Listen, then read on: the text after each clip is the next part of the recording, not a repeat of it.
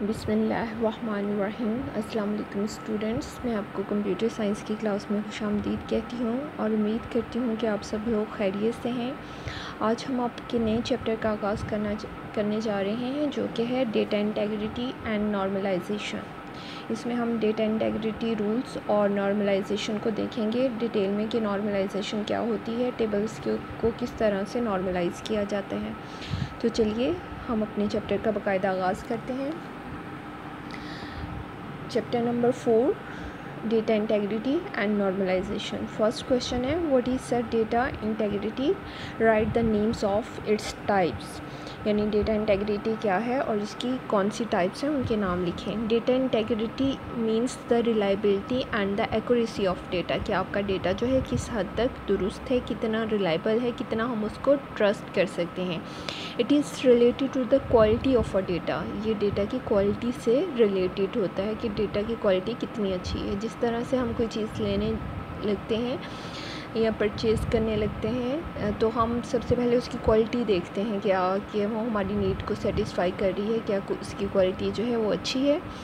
It is maintain with the help of integrity constraints, data की जो quality है वो मेंटेन की जाती है इंटेग्रिटी कंस्ट्रेंट्स के साथ, यानी हम डेटा के ऊपर कुछ शराइत लगाते हैं, कुछ कंस्ट्रेंट्स लगाते हैं कि हमारा डेटा जो है इसी तरह का हो।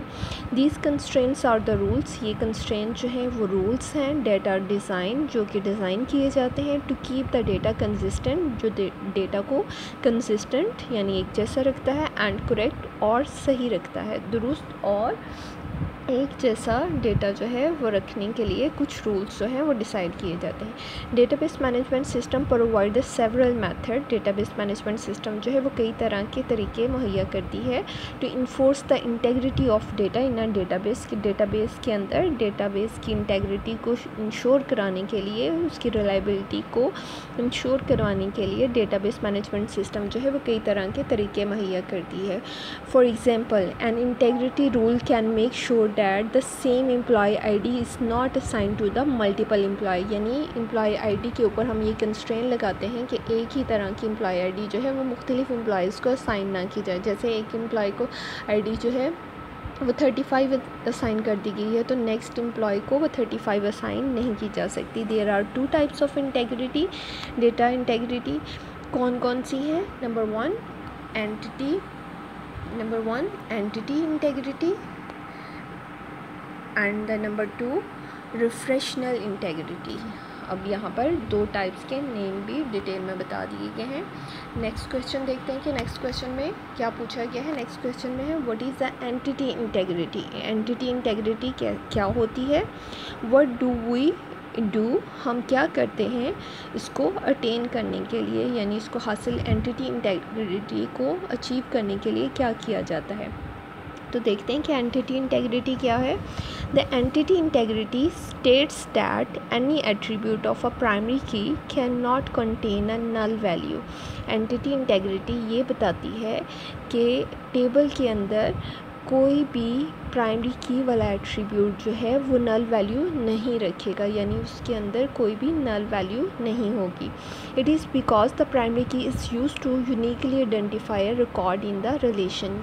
ये हम पहले भी पढ़ चुके हैं। प्राइमरी की खासियत, उसकी करैक्टरिस्टिक्स के प्राइमरी की हमारे पास नल वैल्यू नहीं हो सकती, क्योंकि प्राइमरी की की मदद से हम बाकी के रिकॉर्ड्स को फैच करते हैं। यानी अगर हमें प्राइमरी की पता होगी तो हम रिकॉर्ड को फैच करेंगे। जैसे एम्प्लॉय आईडी पता होगी तो एम्प्लॉय का बाकी का रिकॉर्ड, उसका नेम, उसकी डेजिग्नेशन, उसका रहाइश वगैरह, ये सारी चीज़ें जो है हम चेक कर सकते हैं। The attribute can not contain a null value, तो इसलिए प्राइमरी की वाला जो एट्रीब्यूट होगा, प्राइमरी की के अंदर जो वैल्यू होंगी वो नल नहीं हो सकती। Database management system display an error message, database management system जो कि सॉफ्टवेयर है वो एरर मैसेज डिस्प्ले कर देगा if the user attempt to save a record without specifying a valid value in the primary key attribute. अगर तो user जो है वो किसी स्पेसिफिकेशन के बगैर प्राइमरी की के अंदर कोई वैल्यू, कोई रिकॉर्ड सेव करने की कोशिश करेगा तो उस केस में हमारे पास एरर मैसेज आ जाएगा। यहाँ आप अगर प्राइमरी की के अंदर नल वैल्यू स्टोर करने की कोशिश करेंगे तो तब भी एरर आ जाएगा, क्योंकि उसके ऊपर कंस्ट्रेंट लगी है, उसके ऊपर आपने चेक लगा दिया है कि प्राइमरी की के अंदर तो तो नल वैल्यू स्टोर हो ही नहीं सकती। जब भी आप अटेम्प्ट करेंगे उसके अंदर नल वैल्यू स्टोर करने की, तो उस टाइम आपके पास एरर आ जाएगा। ये आपका सेकंड क्वेश्चन भी कंप्लीट हो गया। Now move towards a third question कि थर्ड क्वेश्चन में क्या पूछा गया है, चलिए देखते हैं। We have a third question here and it is what is the refractional integrity? Refractional integrity क्या है? How refractional integrity can be achieved? refractional integrity जो है वो किस तरह से अचीव की जा सकती है? तो देखते हैं कि refractional integrity पहले होती क्या है, फिर उसको ये भी देख लेंगे कि किस तरह से अचीव की जाती है।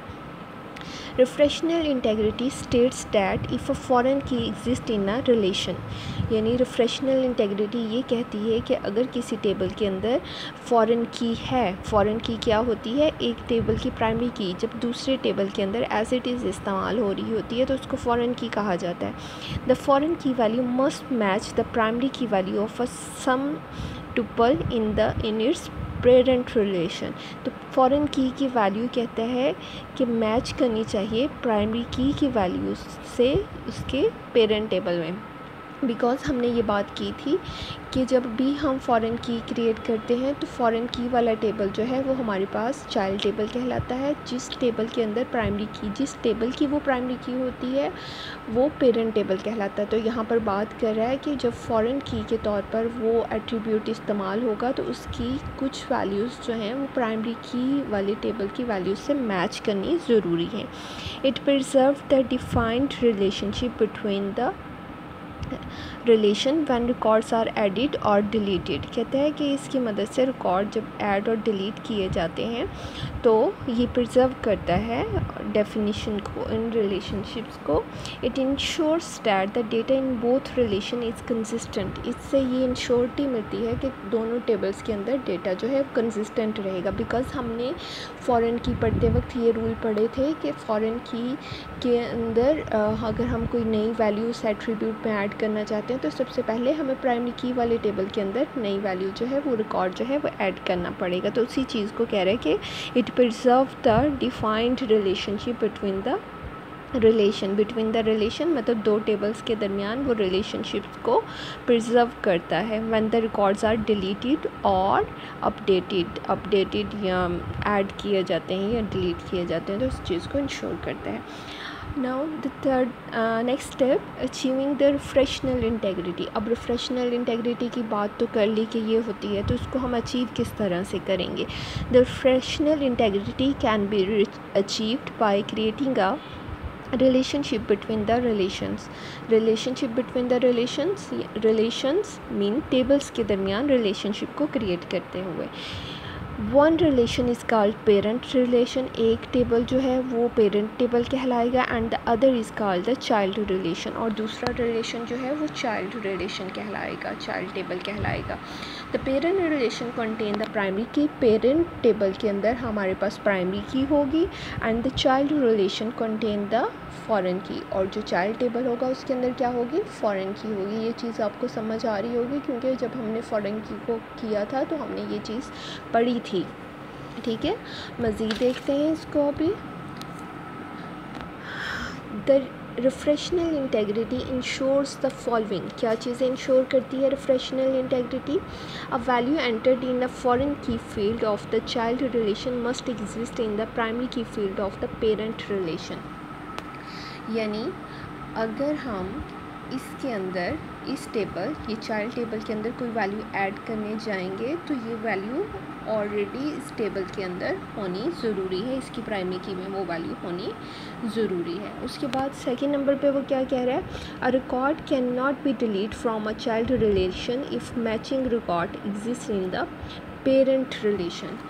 हम यहाँ से रिकॉर्ड जो है वो डिलीट नहीं कर सकते तब तक जब तक हमारे पास वो रिकॉर्ड यहाँ पर मौजूद है। यानी जब तक वो वैल्यू प्राइमरी की में मौजूद है वो वाली वैल्यू हम जो है वो चाइल्ड टेबल के अंदर से डिलीट नहीं कर सकते, या फॉरेन की से वो वैल्यू डिलीट नहीं कर सकते।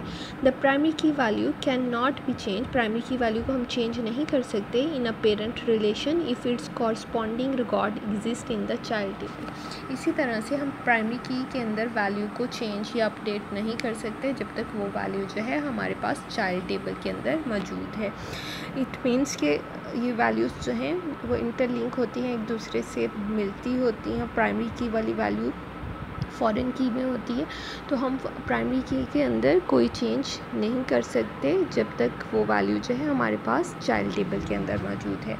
आई होप यहाँ से आप लोगों को बहुत अच्छे से समझ आ गई होगी। अगर आप लोगों को किसी चीज़ की समझ नहीं आई, कोई चीज़ तंग कर रही है, कंफ्यूज कर रही है, कोई प्रॉब्लम अराइज हो रही है then you may ask, next time पूछ लें। जब भी आप लोगों को कोई मसला हो, you can ask me next lecture के लिए। अल्लाह हाफ़िज़।